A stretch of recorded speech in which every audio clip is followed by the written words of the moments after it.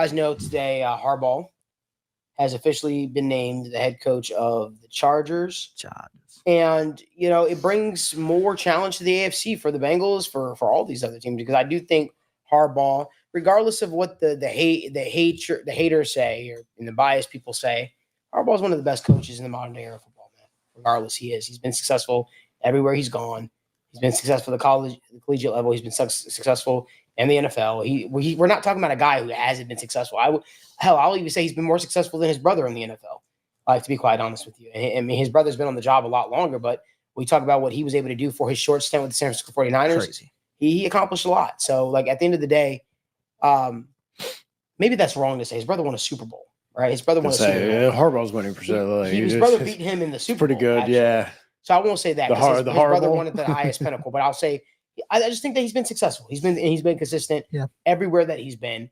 I think he's going to make a real winner out of the Chargers, man. I think we might see a different team. The hard part for him is he's going to be asked and tasked to win with the team, the current roster that they currently have, because I believe their cap situation isn't the most desirable.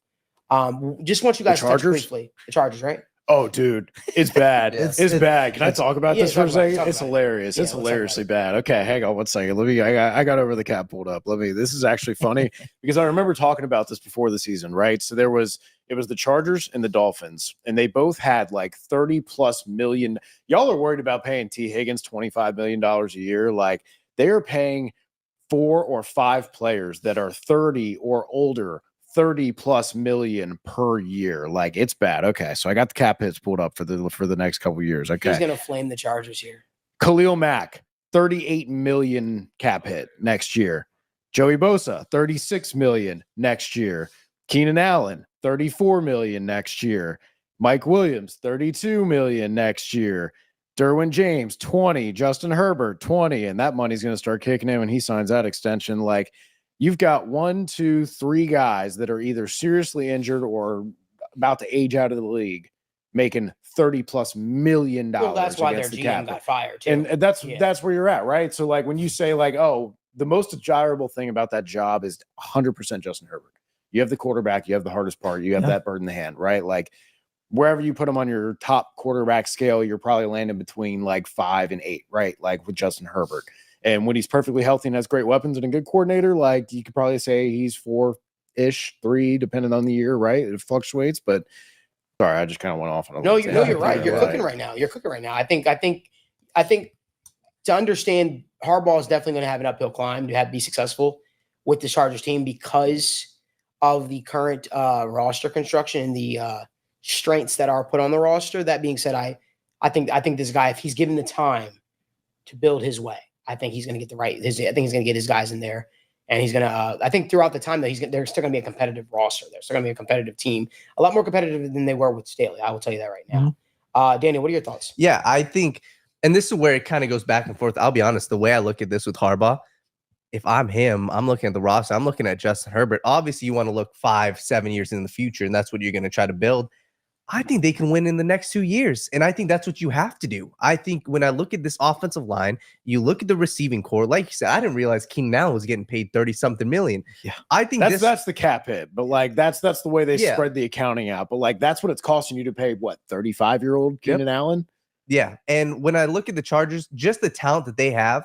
The issue the past couple of years has not been the talent. It's just been putting it all together. So I think Harbaugh could definitely be the missing piece in them getting over the hump. I would not be shocked if in the next 2 years we're talking about them as a Super Bowl contender. I would not be shocked. Yeah, I would not be shocked if this year we're talking about them as a Super Bowl contender. And I think another little fun aspect of the job, we talked about Justin Herbert and how appealing that is. But, they kind of went the opposite direction of the Bengals once their quarterback got hurt. Now the Chargers are sitting with the 5th pick. You can add a premier player at a premier position to go along with your young quarterback, whether it's a receiver, offensive lineman, if they want to get wild and take the first defensive player, which they shouldn't. But still, whatever direction they want to go, whatever direction Harbaugh wants to go, they can do that now. Yeah, and they haven't drafted the best the last few years. They've been very up and down. But again, they still have Slater. They got a couple guys on the offensive line. They got one of the better quarterbacks in the game. You might have some old people on defense that are very expensive. Forgot to mention they're paying J.C. Jackson $20 million to play for somebody on else the roster. Yeah, yeah. Like that's just That's the one thing I'll give the Bengals credit for is they do not have blemishes like that. Trey Waynes was the only blemish. I'm sorry not to bring up bad things. But interrupt you there. Go ahead. I just had to jump in with that. I mean, that's crazy.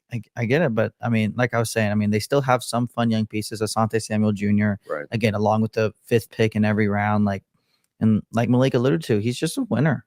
At the end of the day, some people find a way, no matter what is handed to them, and it's not like he's being handed the worst deck of cards in the world. So you think handed honestly, between Bosa and and a top 5 pick, that's the thing. Like you said, if Bosa can stay healthy, like he hasn't been necessarily as great as his brother at all times, but like he's still one of the better edge rushers in the NFL. And it sucks he's making $1 billion, but he is that kind of talent, 100%. So like it's just a matter of staying healthy for him. It's Khalil Mack just trying to maintain his efficiency and not fall off the cliff like we see with guys like Von Miller as injuries and age start to pile up. It's Derwin James trying to resemble the form before a litany of injuries just year after year is starting to pile up for him. But like you said, Bosa and Herbert, like you're telling me I got quarterback and defensive end already figured out. Okay, cool. Like I can build from here. And wide receivers. I got a left tackle, and the receivers. I agree with you that they could be competing. Alex but Anderson. I think this year and 2 years from now, this roster could be completely different. I think they could have a Rams level makeover because you think about all these guys who are going to age out or get off a contract. Mike Williams will be off a contract. Keenan Allen will be off a contract.